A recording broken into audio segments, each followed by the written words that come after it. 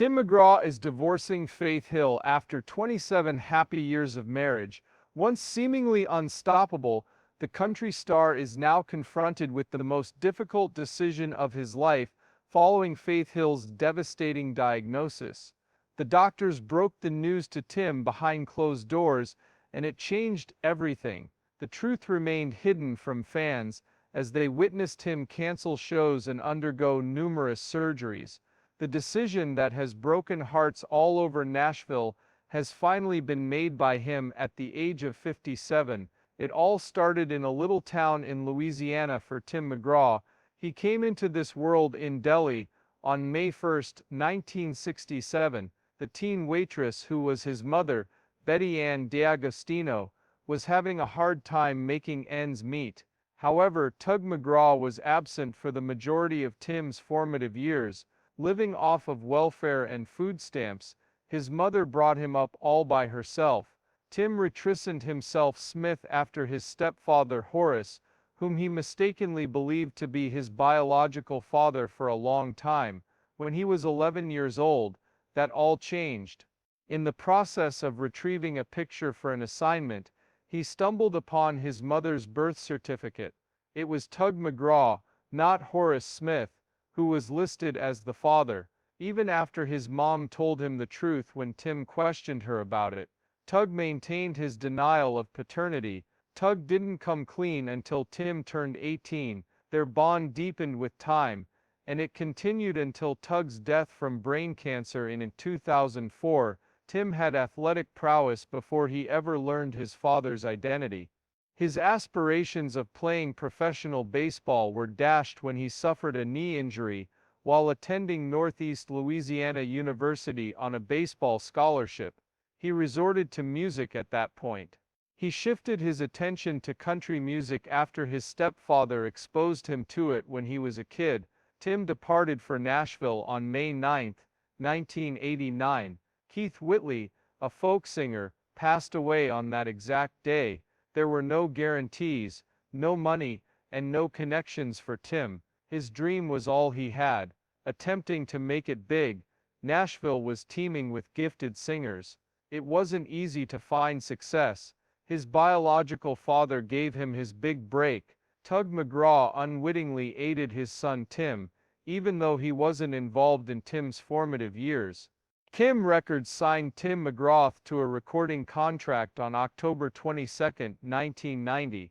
Despite his youthful zeal and boundless potential, he still had much to demonstrate, but signing a record deal wasn't a surefire way to become famous. Released on April 20, 1993, Tim McGraw was an unsuccessful debut album for Tim. Even the lead single, What Room Was the Holiday, failed to chart. Not a single track from the album reached the top 40. Joe Daffy and producer Byron Gallimore had a hand in it, but even with the negative reviews from radio executives, it failed to garner much attention. The songs weren't memorable, and critics thought Tim's voice was too weak. For his career, it was a devastating setback. Tim persisted despite the project's failure. He teamed up closely with Byron Gallimore to produce his next album, after swiftly realizing he needed to improve. At least this time, he was careful that the tunes reflected his true identity. His voice was nothing like that of Vince Gill or George Strait, but he also made no effort to imitate their style. He chose to focus on his own authentic, straightforward, and genuine sound instead. Not only did McGraw's 1994 sophomore album become an instant hit, but it also topped the country albums and Billboard 200 charts. It propelled him to the level of G. Brooks and Alan Jackson, selling over 6 million copies. He was completely unknown a year ago. He was now the main attraction on sold-out tours. The album's lead single, Indian Outlaw, was a huge hit in North America upon its release in February 1994. Thanks to its infectious rhythm and defiant attitude. On Billboard's Hot Country Songs chart, it peaked at number 8, and on the Hot 100 chart, it reached number 15. However, it did spark considerable debate. Several Native American organizations felt the song perpetuated damaging stereotypes. Some felt the lyrics, which included references to wigwams and tom-toms, were a bit dated, and others felt it exploited tired Hollywood tropes. After hearing complaints from listeners, two Minneapolis radio stations banned the song, and the National Coalition Against Racism in Sports and Media called for a boycott as well. Opinions differed. Attendance at McGraw's concerts was high because people enjoyed his music. Even the Eastern Band of Cherokee Indians vice chief sent him a letter expressing his approval of the song. Even though McGraw tried to downplay the seriousness of the song, he could understand why some people were offended. The controversy only served to boost its success, so he continued performing it. The following year, in March of 1994, they released Don't Take the Girl, an emotional ballad telling three interconnected stories. It was the polar opposite of Indian Outlaw. The story began with a lad who was adamant about not wanting a girl to go fishing with him. The scene then cut to a guy pleading with a thief to spare his wife from harm. As she fought for her life during labor, it was the same man who had prayed for her. People related to the song, and it became a hit. On May 28, 1994, it became McGraw's first #1 single on Billboard's Hot Country Songs list. Its Hot 100 peak at number 17 further attests to its non-country music appeal. The honesty and storytelling in the song, which critics said revealed a new side of McGraw, earned high praise. He had the ability to make people cry with his deeply moving songs. He wasn't merely a singer who could create catchy radio hits. He became known for his exceptional balance. Not a Moment Too Soon had already achieved unstoppability by year's end 1990. Two big ACM awards, including Best Album and Best New Male Vocalist, went to the record. According to Billboard, it was the top country album of 2017, with a string of successful singles, including two #1 hits, and a near loss of his record deal.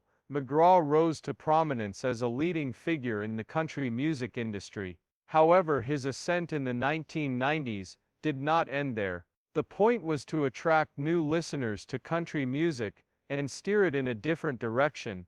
Notable contributions to this shift were the albums Everywhere 1997 and A Place in the Sun 1999. With his fourth studio album, Everywhere, McGraw introduced a smoother, more crossover-friendly sound that expanded his music's appeal. All four of the album's singles were The Green Grass Grows, Just to See You Smile, and Is Your Love Everywhere topped the Billboard Hot Country Songs chart. As a result of its incredible 42-week chart dominance, Just to See You Smile was named Billboard's #1 country song of 1998. The magnitude of McGraw's success demonstrated that he was more than just famous. He was the undisputed master of country music. Later on May 4, 1999, A Place in the Sun reached even greater heights with 5 top singles, including Please Remember Me, Something Like That, and My Best Friend. More than 4 million albums were sold in the United States. Not content to rest on his laurels, he was also named Male Vocalist of the Year and Album of the Year by the Country Music Association for his album Everywhere. One track from it, a duet with Faith Hill called Your Love, became a career-defining hit, and critics and industry leaders acknowledged his influence on the genre.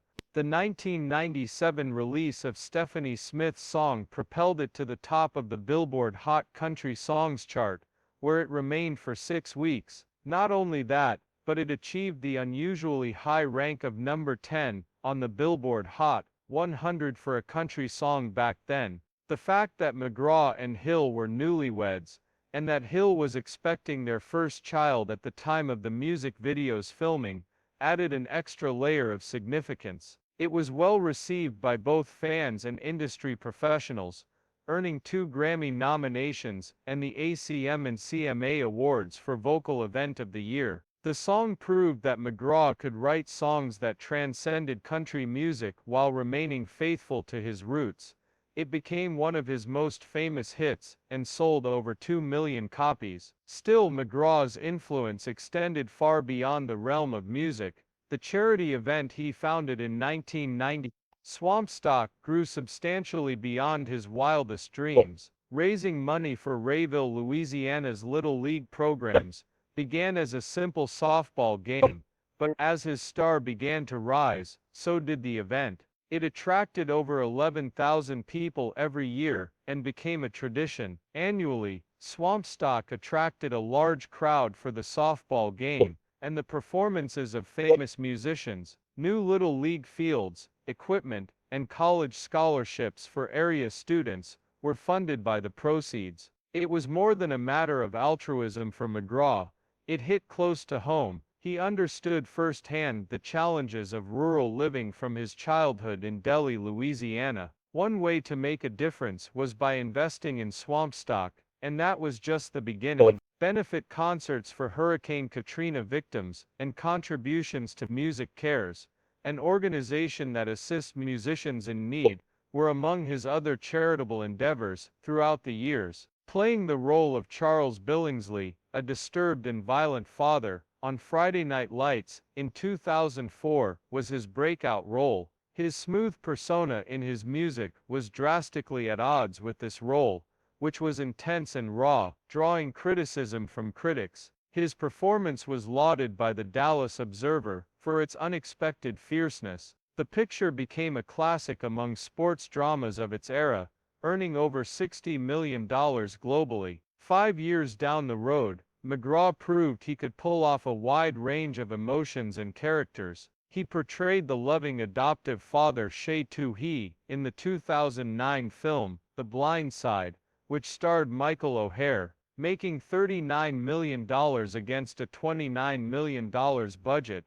It was a smashing success. It cemented McGraw's position in Hollywood, and remains one of the highest-grossing sports dramas of all time. His acting career reached new heights with 183, the Yellowstone prequel. He delivered a raw and moving performance as James Dutton, a veteran of the Civil War, who is shepherding his family westward. The show's strong storytelling earned it high marks during its run from 2021 to 2022. His on-screen wife, Faith Hill, portrayed him more convincingly than his real-life wife. In Hollywood, McGraw persisted in promoting himself. He played a struggling singer's husband in Country Strong 2010. He portrayed a NASA engineer in the 2015 film Tomorrowland. He continued to seek out challenging roles throughout his busy music career. Going from a country music superstar to a well-respected actor was an incredible journey for him.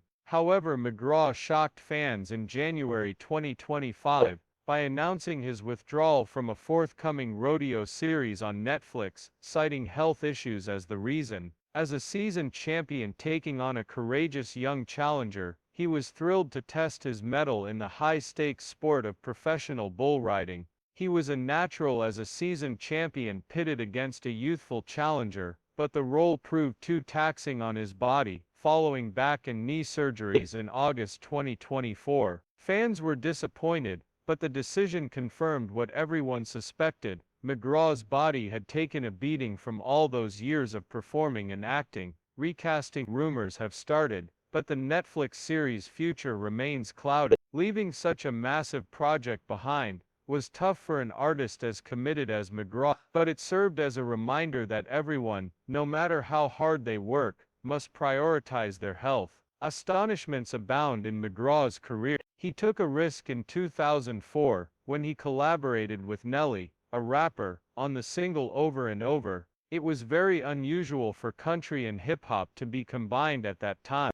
The record company that signed Nelly had reservations, but McGraw was confident in the song, so they released it anyhow. Recorded in Los Angeles by McGraw while he was on tour with Faith Hill, the song became a hit right away. On the Billboard Hot 100, it peaked at number 3, and in the UK, Ireland, and Australia, it was number 1. The reviewers unanimously agreed that McGraw's vocal elevated the track and harmonized beautifully with Nelly's reflective lyrics. His album Live Like You Were Dying was a huge hit upon its release on August 24, 2004. With 766,000 units sold in its first week, it soared to the top of the Billboard 200. Recorded on a mountaintop in upstate New York, the album sounded raw and emotional, which was a reflection of its popularity. The title track had a profound impact on millions of people.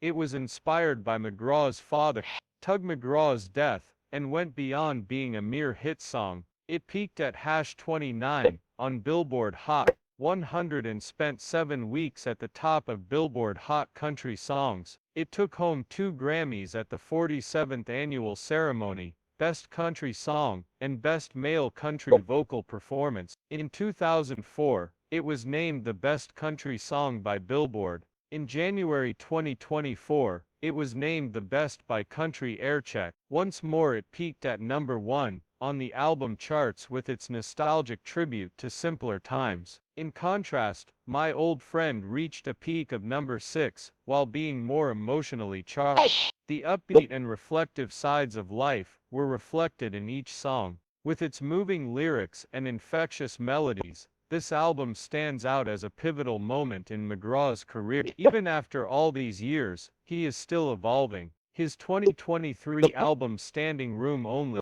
features the song Paper Umbrellas, which he re-released in March 2025, alongside Parker McCollum, in a duet arrangement. The upcoming country star breathed fresh life into the track by fusing McGraw's distinctive sound with his own neo-traditional style. The song was a huge success,